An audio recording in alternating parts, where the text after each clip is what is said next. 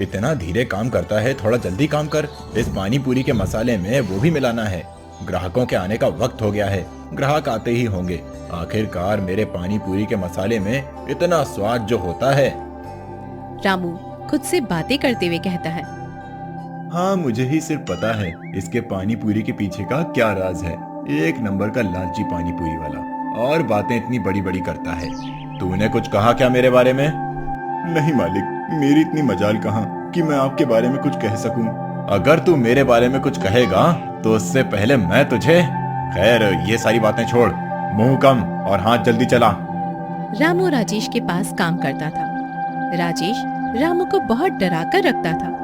कुछ देर में राजेश की दुकान पर उसके पानी पूरी खाने के लिए भीड़ लग जाती है। वहीं दूसरी तरफ राजेश की दुकान पर कितनी भीड़ लगी है पानी पूरी के लिए, और यहाँ मेरी दुकान पे एक भी ग्राहक नहीं है। अगर आज भी ऐसा ही होगा तो बिटिया की फीस कैसे जमा कर पाऊंगा। रमेश भी पानी पूरी बेचता था, लेकिन उसकी दुकान पर कोई भी ग्राहक नहीं आता था। रमेश इस बात से बहुत परेशान रहता था, लेकिन वो राजेश से जलता नहीं था। कुछ देर बाद शाम हो जाती है और राजेश अपनी दुकान पर।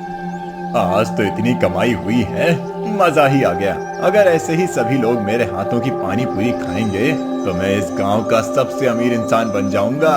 हाँ मालिक, जल्द ही आप अमीर हो जाएंगे। आपकी पानी पूरी का तो सबकी जुबान पर आजकल स्वाद चढ़ा है। हाँ, तो मेरे हाथों की पानी पूरी में स्वाद भी तो इतना ज्यादा होता है। इतना कहकर राजेश अपने घर जाता है।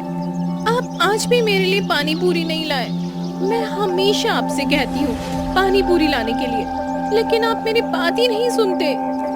दुकान पे इतनी भीड़ होती है, सारी पानी पूरी खत्म हो जाती है, इसीलिए मैं घर नहीं ला पाता। कोई बात नहीं, तुम उदास मत हो, मैं तुम्हारे लिए कल पानी पूरी ले आऊंगा। आप हमेशा यही कहते हैं, लेकिन कभी भी लाते नहीं। आप मुझे घर में पानी पूरी बनाकर खिलाते हैं, लेकिन दुकान से क्यों नहीं लाते? बड़ी ही चालाकी के साथ राजेश बात को घुमाते हुए।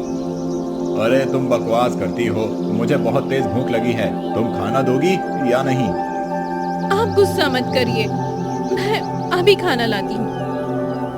दूसरे दिन राजेश सुबह सुबह अपनी दुकान पर आता है, जहाँ रामू पहले से ही काम कर रहा होता है। मालिक, सारा काम हो गया है और आपने जितना कहा था उतना मसाला मैंने डाल दिया। नहीं नहीं, कल थोड़े कम ग्राहकी आए थे, इसीलिए ये पूरा मसाला डाल दो। लेकिन मालिक, इतना मसाला खाकर लोगों की तबीयत खराब हो जाएगी, ग्राहक बीमार हो सकते हैं। तू अपना मुंह बंद रख, जितना कहा है उतना ही कर। तू रहने दे, मैं ही डाल देता हूँ। राजेश रामू के हाथ से वहाँ मसाले का डब्बा लेता है और पूरा डब्बा पानी पूरी के मसाले में मिला देता है। हे भगवान, इस जालिम से ग्राहकों को बचाना। कुछ पैसों के लिए ग्राहकों की जान खतरे में डाल रहा है। कुछ ही देर में राजेश की दुकान पर कल से ज्यादा भीड़ लगने लगती है।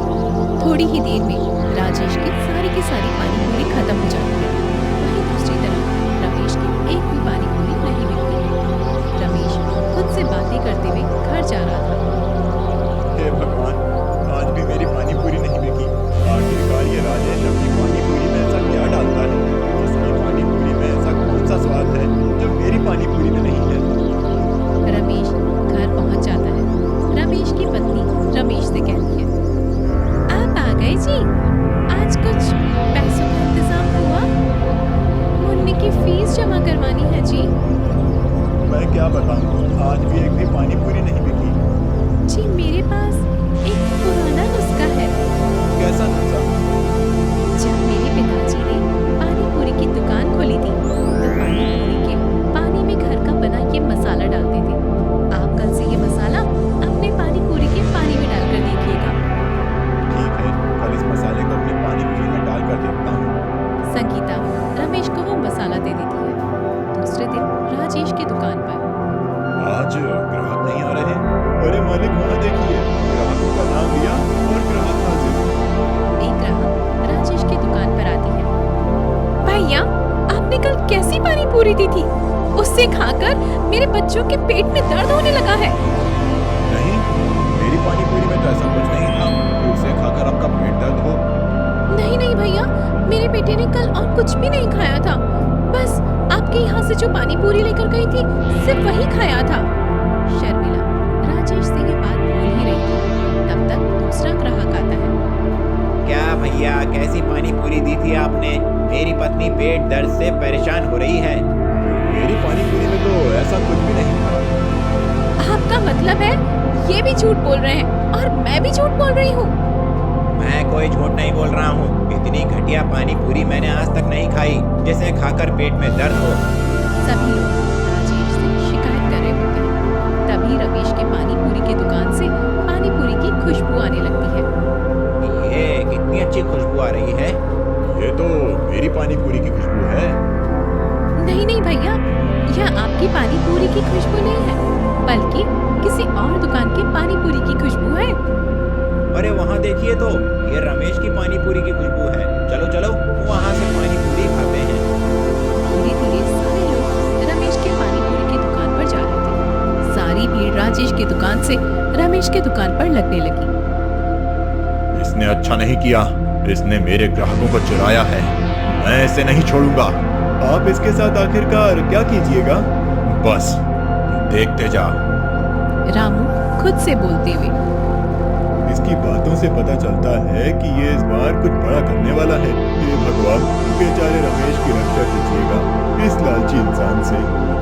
वहीं दूसरी तरफ राजेश वेद के पास जाता है। आपने जो पानी पूरी में मिलाने के लिए मसाला दिया था, वो खाकर सबके पेट में दर्द होने लगा है। जरूर, मैंने तुम्हें जितना मसाला डालने का बोला था तुमने उससे ज्यादा डाला होगा।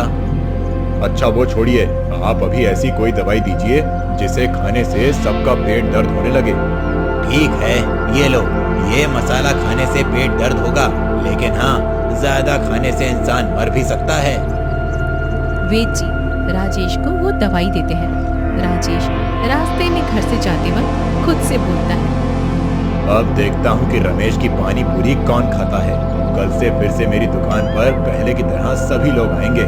ये दवाइयाँ मैं रमेश की पानी पूरी में मिला दूंगा।